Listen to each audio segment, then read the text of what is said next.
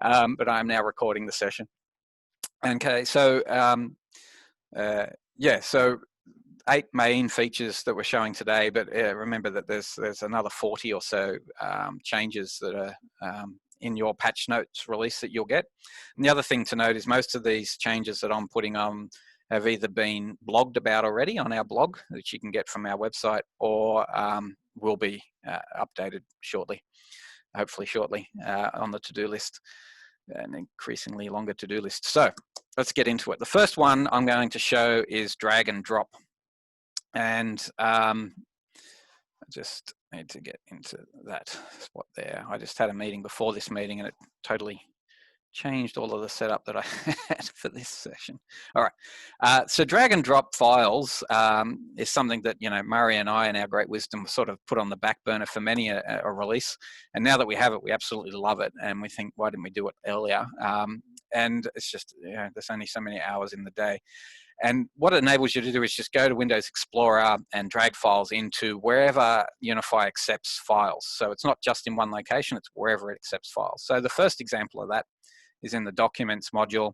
When you're in the Documents module, normally you have to click New and you go through this wizard process. But if you just wanted to dump files into a template, you can actually kick the process off from Windows Explorer from this screen. So if I highlight these files and just drag it over to this section where the little New Document button is, it uploads those files and then kicks off the process. I still need to put it to a template.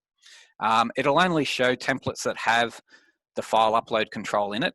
So any template that doesn't have that, that won't be displayed. And then when I've selected the project that I'm putting that to, and if I was already in a project, that would already be selected. You can see here, this one's the 15 feature, it'll automatically name itself. And if I go to the related documents here, you'll see that those files are already there. And so, you know, job done, you've uploaded your files. You'll still need to publish it if you want people to see it and workflow through the version controlling of that, but you've kicked off that document and away you go. You can obviously do the same thing when you're in the document itself. You don't have to do it to kick the document off. So if I click New Document, go to that same document, you can see there's a few more templates there now because some of them don't have the control. Click Create, go through to the related templates, and again, I can get to my Windows Explorer, drag it up into there. It'll say drag your files, away you go, and it's done.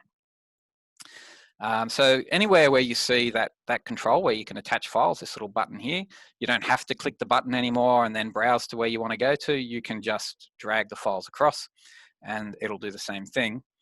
Other place to note that one would be in issues. So if I go into this soil contamination that's been living since 2014 sometime, I can then again go to my webinar and just drop it into the A, and it creates the comment there, and I go webinar 6 years later, and that's that done. So not a huge change, but I think quite a useful one. In early feedback from clients, probably not as useful as this next one. If I go to, sorry, it's got some latecomers to admit. If I go to a table of information in UniPhi where I'll be data entering or something like that, so timesheets or milestones, I'm going to go into contracts. I click on a project link. I click in on a contract. And so whenever there's a table for data entry, you'll now see that the row is highlighted. So that's a very simple change that's actually been very well received in lining up where exactly you're at. And I should emphasize that these small visual tweaks is definitely going to be an ongoing theme for the next 12 months. Some more dramatic, which I'll allude to in a moment, but yeah, just trying to really improve the user experience as much as we can from what we now understand was a low base. So bear with us as we try to improve. So yeah, scrolling up and down the screen, I can see, you know, where I am at to locate myself. That functionality exists in the timesheets module, which has also had a makeover, and you can see here that it's now grouped. Now, there's going to be a a quick release to this based on feedback. So again, we didn't have any bleeding edge leaders on this one. So early feedback has been that this is great for some users, but not for all. There will be an ability to toggle between the existing tabular format where everything's in its own column to this grouped formula. So what's happened in this screen, you can see still at the highlights, is that it's grouped by a project, and then you get your tasks underneath. That's worked for some people, not for others. And then there's even an expansion on that. If I go to my mate Bernard's timesheet, you'll see that if the timesheet entry is against a contract deliverable as opposed to a standard task, you'll get a lot more information. And again, the interesting feedback will be whether it's too much, but I personally think it's a really good way of communicating information to team members. And it's something that we're looking to leverage further and further in the next release. You've got the scheduled end date for that deliverable, how many hours you've spent on that task. Now that comes in for standard tasks as well, as you can see there, and that's been interesting. Some people have gone, wow, I really spent that much time on that particular task for that project. They didn't know. How many remaining if it's a contract deliverable, so what that totals up to, and then what the original contracted schedule was. And then you'll see that there's a little progress bar here telling us 21% complete. This type of visual and improvements thereof will be a big part of 17. 17 is going to have a lot of these little visualizations to help people understand the data they're looking at. I'm very much a table-driven person, like to look at numbers in a table, hence UniPhi's been developed that way, but that's not everyone's cup of tea, and so we're looking at now making these little graphics that will assist people in assessing things throughout the application. And the timesheet system was the first one to get an example of that. And so, yeah, that little progress bar exists wherever there's a contract deliverable template that has the relevant data to be able to track that sort of thing. And so, yeah, timesheet aggregates is an interesting change, another attempt at us to improve the user experience through that interface. The next one, as I mentioned on first release, really wasn't going to be the greatest thing since sliced bread, but I think I'll use this one. Now it's actually quite useful. The track changes function. So I've gone to the documents module. I'm looking at the documents register. I have to click in on a project to actually see which ones have multiple versions. When you're in the portfolio view, it doesn't tell you that. Maybe it should, but this particular project, this surveillance record here, has 4 versions. Let's see if there's anything else that might be better down the page. No, I won't use the drawings. And so I should say that these are all sortable data grids too, by the way. That's been there for ages, but just as an aside, if I click on version now, it'll go top to bottom. I might just click on this one. So this has got 6 versions. When I view the document, I get the latest version, which is of benefit, I would presume. And you can see here, it's a progress claim, has text and comments. If I select this drop down in the top right, which has been there for a long time as well, and go back to a prior version, a new icon appears. And it's an interesting one. And if I click on it, what it will do is it'll go through and analyze that particular document compared to the current version and just highlight where things have changed.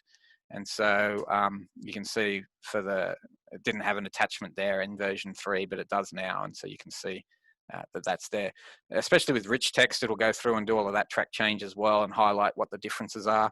And so for people who need that functionality, it's there for use when needs be. Just to comment on this icon, we got 2/3 of the way in 16 of basically changing all of our icon set to be icons rather than text, but we didn't get 100%, so that's still in the pipeline. And the expectation then would be to remove this share button. The reason the share button got brought in is we just started to get too many buttons in the toolbar. So that was of an annoyance to some users when that came in, because now 2 clicks to render something to PDF. We will be back to 1 click in 17. We tried to get there for this one, but we didn't make it. And so that's something else worth looking forward to into the future. A lot more visuals instead of text. And you'd be able to just view the document, click save to PDF, and people will go, hurrah, thank you for reverting back to what it was 5 years ago. All right, so that's the track changes. And again, hint on the UniPhi 17 visual part of that. The next one is probably the biggest amount of effort, the largest cost to our business in creating, but it's quite a cool feature as well. And it's where you can copy data from Excel and update the portfolio, including creating projects. You can actually create projects from a copy paste from Excel. And the way I'm going to demonstrate this one is first I'm going to create the data. And so I'm going to go into reporting reports. And I'm going to go to program. And in the program module, there's a report called project summary export.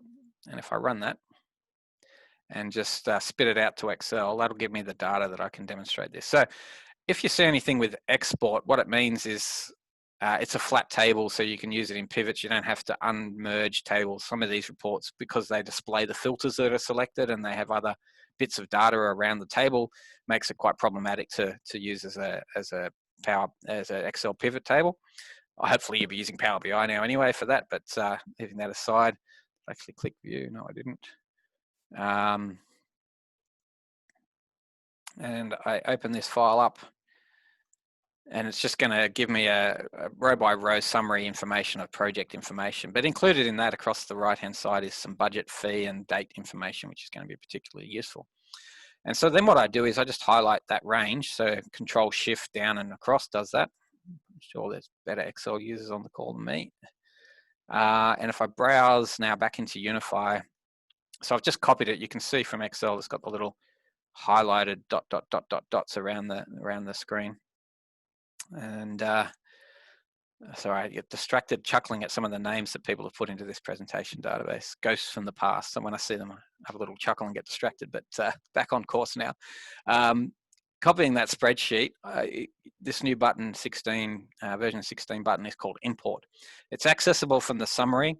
We have a lot of copy paste from Excel functions now, and we're going to have even more in the next release, but this one's probably the most sophisticated, and they're going to draw on the learnings from that work that we did on this particular one. When I click import, the first thing you'll see is this drop down. This list will be different for every single client, because what it has is a list of all the custom fields grouped by the categories that you've set up for your custom fields. So when you create a project custom field list, you can group them in the screen by category.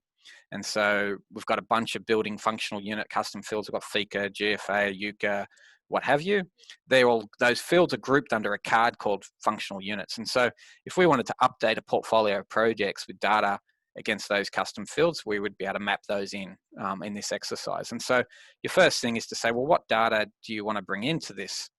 And as I mentioned before, this includes creating projects. So you need to be a bit careful. We've done some damage already using this function, but you can create bad data, and you can also create spurious projects if you're not careful what you're doing.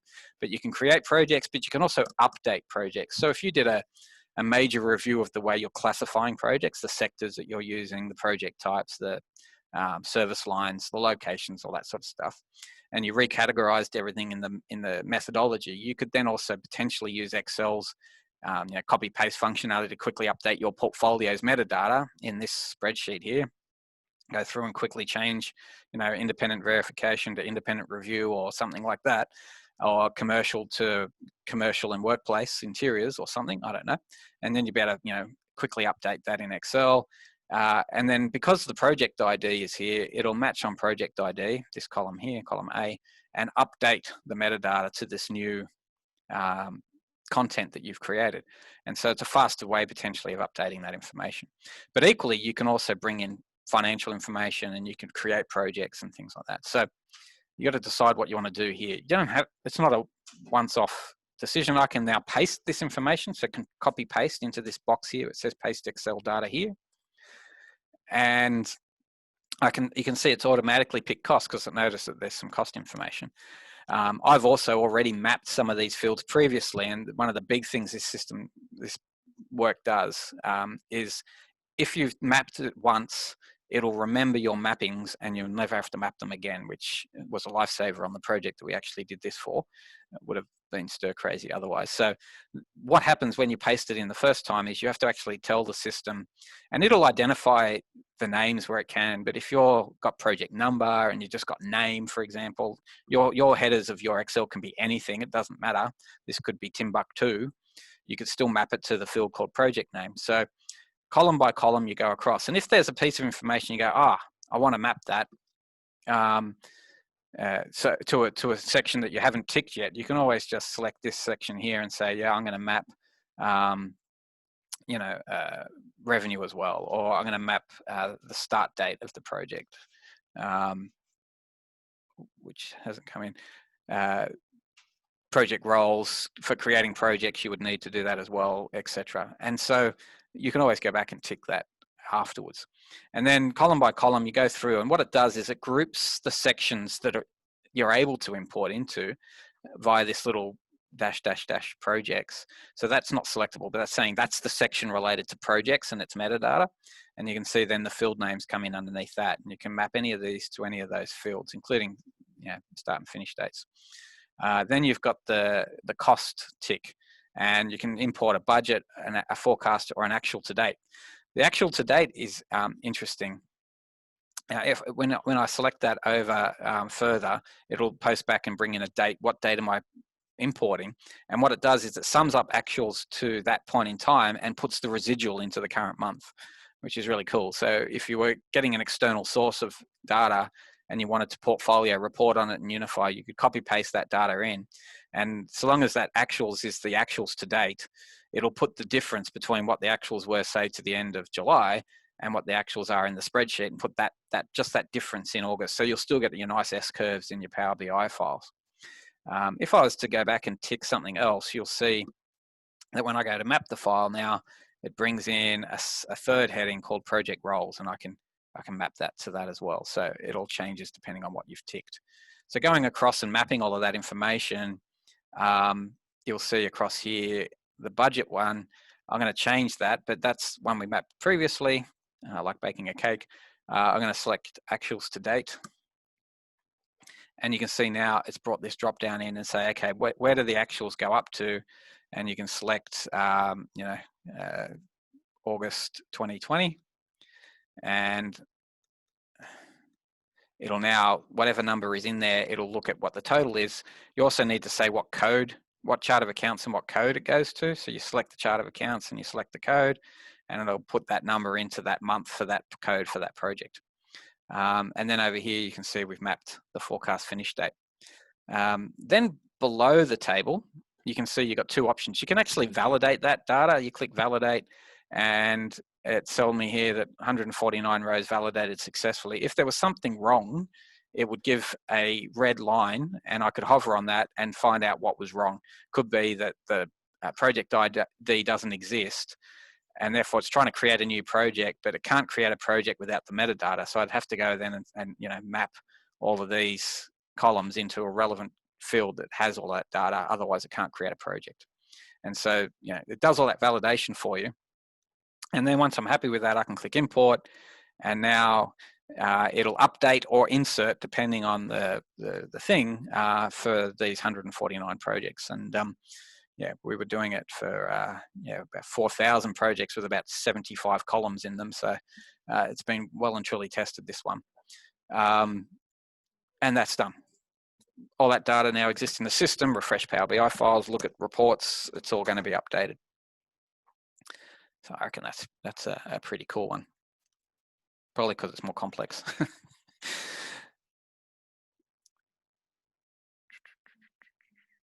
Okay. Unlike all the other ones that have been today, have been fairly trivial, but probably more value adding potentially. This one's back on track for that hundreds and thousands release. It's a very simple one, but I think is, well, I'm enjoying using it for sure.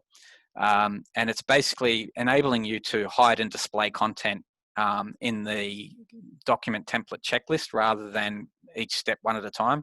And I definitely know there's some clients on the call here today that are going to be able to use that. They've got quite long templates where some steps are hidden. you don't know which one. That's the first benefit. You know which steps are hidden, and you can easily unhide them if you need to. So to demonstrate that functionality, we go to the document system, and I'm just going to create a new document again. And the flavor of the day is PCG reporting, because we've had some success with that lately. And the functionality that I'm talking about is on the right-hand side here. You'll see now, again, we're trying to become more and more visual. Everything we do, we challenge ourselves, how can we make this visual rather than text? And this is an eye. Hopefully that's what you recognize. And at the moment, every single step in this template is going to be displayed. So what I mean by hidden is when you render this document to PDF, UniPhi enables you to hide content so that the person who receives the PDF version doesn't get everything that you've created in the document. Equally, what we've done through this process is we've hidden the content in HTML as well now. But because HTML are licensed users, you can show hidden text if you wish. There's a button to do that, and I'll show you that in a minute. So if I was to say, okay, I know there's not going to be any cash flow data on this PCG, I'm just going to hide that. You can see I've just ticked on the eyes, and they've now got a cross through them. And so those steps won't be displayed. When you create templates, you can set up defaults around that. Another change in 16 is this little cog.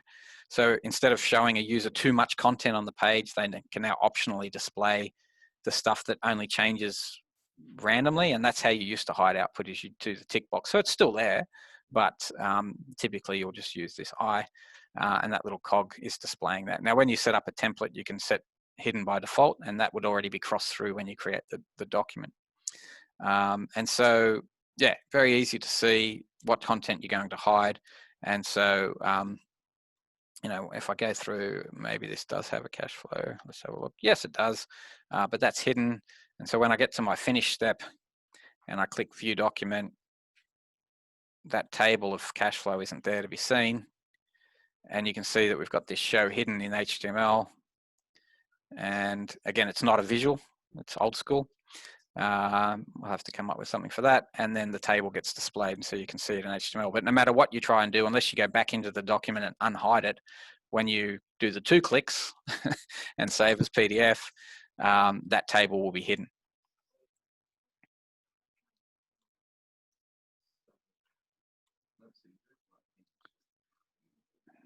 No table for you.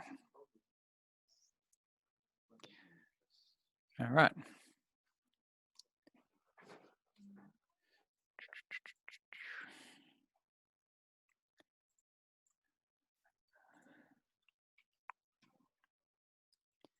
Oops. Trying to get the buttons to come back. Here we go. Polling at the moment. So guys, just to remind you, there is a poll going on. 8 people have voted out of 31. So if you're getting bored with my content, feel free to answer the 2 questions we've got. So far for next month's webinar, looks like more advanced Power BI, but I only got like 5 people show up when I did that. I've gotten 32 people to this one. So that's why I was a bit gun shy to do it again. And so far we've got drag and drop and the top feature. Come on, you can outvote that. Let's go. All right, just needed to pause for breath there. We've only got 2 more to show, but this next one is a little bit more complicated again. So similar to the copy paste, it's a little bit complicated. Take a little bit of concentration from yours truly, and we'll see how we go. This is the precursor to what our next big game changer is coming along, and I'm really excited about what we're doing in this space. But essentially at the moment, we're going through a process of rewriting the contracts module from scratch. We're leveraging off, obviously, the tables and some of the design functions that are already there, but we're looking to generate some significantly improved user interface capability with an end goal of implementing what I'm about to show you in a more streamlined fashion, with a few sort of tweaks of features along the way. So the first part is the overall goal. What we're trying to do is we're trying to create the capability where you can estimate in UniPhi. You'd use UniPhi to create an estimate. And within that process, you can assign classifications to tasks. So, resource classifications like, technical director or architect or junior architect or wherever you classify, and they can have standard rates against them so that your pricing schedule would be already there. Then you create your work breakdown structure, you estimate your effort, and you have a quote to send. Then happy days, you win the job, you ring the deal bell, and you start to run the project. You can have people who are in those classifications timesheet to that contract deliverable. So earlier in the webinar, I showed you that contract deliverable screen where you can see in the timesheets how much time you've done versus what was planned, and get a progress bar and things like that. You can also obviously change the tasks from being assigned to a classification to have them assigned to people, and they will then inherit those people's rates rather than the classification. And those people will see, you can then break up, let's say 1,000 hours into component hours for those people, 200 to Fred, 300 to Jane, 150 to Bob, etc. And they will get that allocated to them in their timesheet. Equally, and this is working, all of this stuff is working now, we're just trying to streamline the interface for that. What will happen is you will be able to have the schedule for those contract deliverables update the resource plan. So the hours into the future, and ultimately potentially cash flow into the future, will be driven off that schedule. And so that's probably enough talking for now. Let's show some of those components.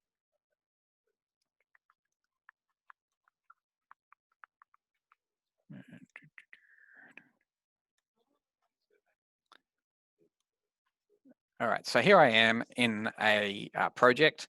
One of the big interface changes is you'll be able to just type straight into this system, not have to click a button. But at the moment you click a button, click time and material so we can get some quantity, unit, and rates. And it's a concept, design, or some description. And you can assign that to a couple of people. And what will happen now is if those people have rates, it'll automatically put rates against that deliverable. That happens now.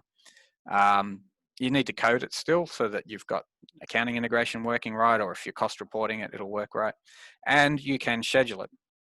And so if I schedule this in and have a unit, which by the way, you can set as default if it's days, hours, or whatever as the default unit here, and it'll come in automatically.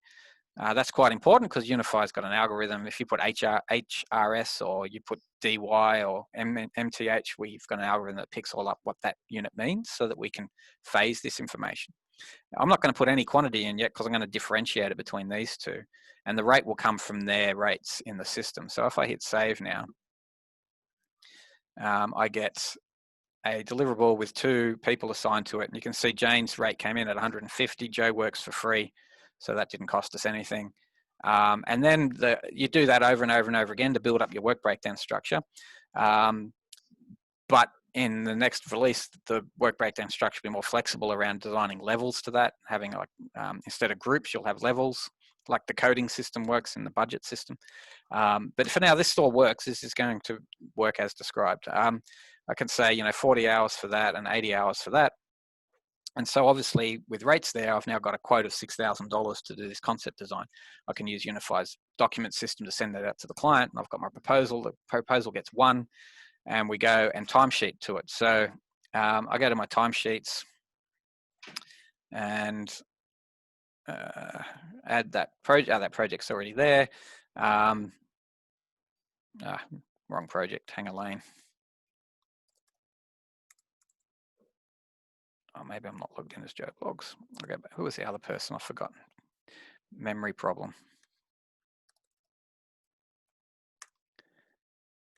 It was Jane. How could I forget Jane? All right, so if I select, oh, that's why I was in as Bernard. If I select Jane, now this is a system admin function, so if you've never seen this before, you know why. Here we go. Now we're getting somewhere. So this brings in both the standard tasks and that deliverable with its start and end date and its hours, and I tick that in. Now, a feature that came in 15 was the ability for end users to forecast their timesheet. And so we've got a forecast of 40 hours, but when's that going to get done? If I add that same project in here, which it probably should have done automatically, but it doesn't. And that's questionable, we don't know. Should we have that or should we not? Something we've talked about. If I go out to August and do that, just a slight Unicry moment, there we go. You can see that it's already put time in there for this project, but if I add in the other one, where is it? It's not there. The intent is that that time would automatically be forecast into that period. And so when you schedule up a job and then you win it, the hours are already forecast. Now, the person can change that and say, no, I'm actually working on something else this week, so they take that out. Communication flows between the end user and the project manager about that sort of event happening. But also what happens is that the aggregated number of hours for all of those tasks across all people goes into the resource planning module in UniPhi. And so you'll have a baseline of hours and dollars for the project on this effort. And then as they timesheet to it, they update all of that. The timesheet updates actuals, we get a progress, and then you'll be able to say, that's all the effort. Have we actually earned any progress on that? Are we actually completing milestones? And you better create a percent complete on the task versus the amount of effort, and start to get earned value tracking out of all of that, and be able to get early warnings for variations and the like to track that sort of thing. And so the daisy chaining of an estimate in UniPhi flowing through to a post-contract fee management profitability tracking, flowing through to resource planning, flowing through to earned value, early warnings on contract deliverables that are going over the 60 hours that have been allocated is ultimately the goal of this particular work. So as I said, a little bit complicated, different views for different people seeing that data. They only can see the bit that's relevant to them. But at the moment, that flow is there. What's not there is the ease of adding those tasks, the ability to timesheet to a classification rather than a person, although I think that might have been an early release already. And the ability to then see that data in aggregated ways from a project manager's viewpoint, and communicate back with the people doing the work to say, well, we really need this done by the 31st of October. What can we do about it? How can we get it done? And bringing those hours back into their forecast timesheet, deprioritizing another job, all those conversations that happen sort of outside of UniPhi can then go on with knowledge about what the situation is, how much time's been spent so far versus the total, etc. So that first step of being able to have the forecast timesheet auto-populate based on that schedule is in your UniPhi 16 release. It may be of use to you early days. Very interested in the feedback for anyone getting to that state, and seeing how it works in anger in the real world, and obviously then us running like beavers in the little wheel as fast as we can to get it right. So any feedback, we've got a couple of user groups on some of the contract rework, but that's mainly around contract administration. Any feedback from the practice management, if you want to be involved in some sessions, let us know. UniPhi 16 has the first kind of pass of that. It's definitely something that's going to be a focus over the next 12 months. Okay. The last one is back to these hundreds and thousands again. It's probably my visual favorite, and that is the ability to manage your own profile. And so now if you click on the hamburger here, you'll see there's a profile, and you've got a profile picture, which you didn't have before. And the user can manage that themselves, and they can also manage a lot of other things themselves. So you'll see in this screen, there's a bunch of default settings. So when you log into the system, this will then set those settings for you automatically until you change them, and then it'll remember what you changed them to for the rest of the session unless you change them again. And then when you log out and you log back in again, it'll go back to that. So you can set your standard sectors.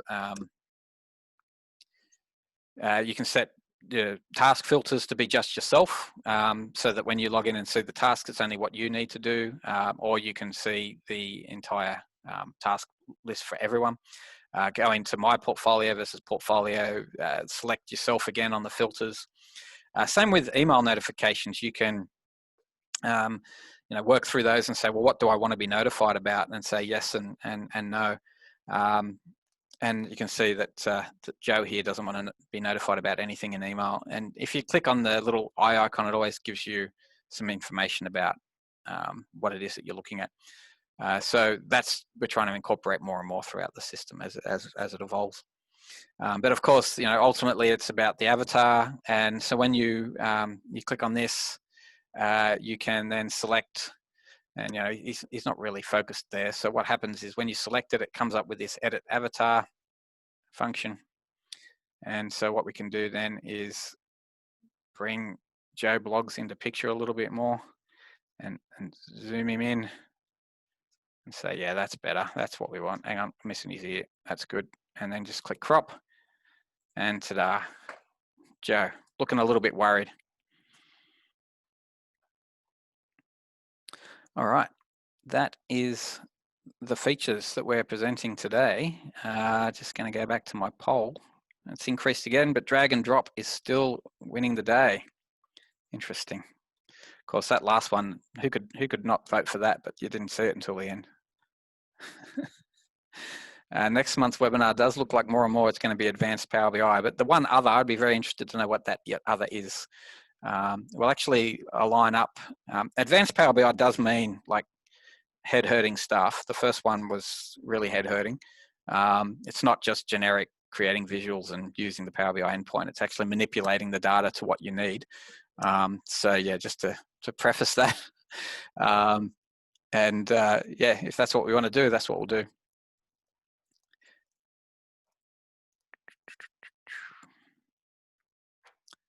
Okay. I put this polling in because I thought I'd get some feedback from you on some things, but I always open up for questions at the end of these to a deafening silence. If you wanted to write a chat question to me or unmute yourself about any questions on any of those bits, please feel free to do so. We've got a really decent 30-person UniPhi community on the call right now, and if you wanted to share, hopefully not too ugly feedbacks and comments on any of that, feel free to do so.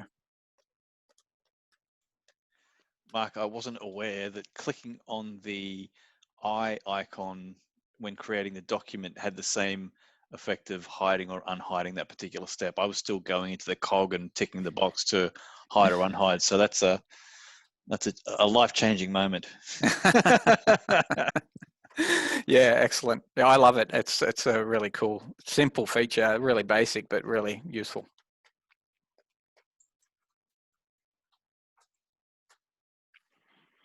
All right, I did record that. I can stop the recording if that's stopping anyone from asking questions.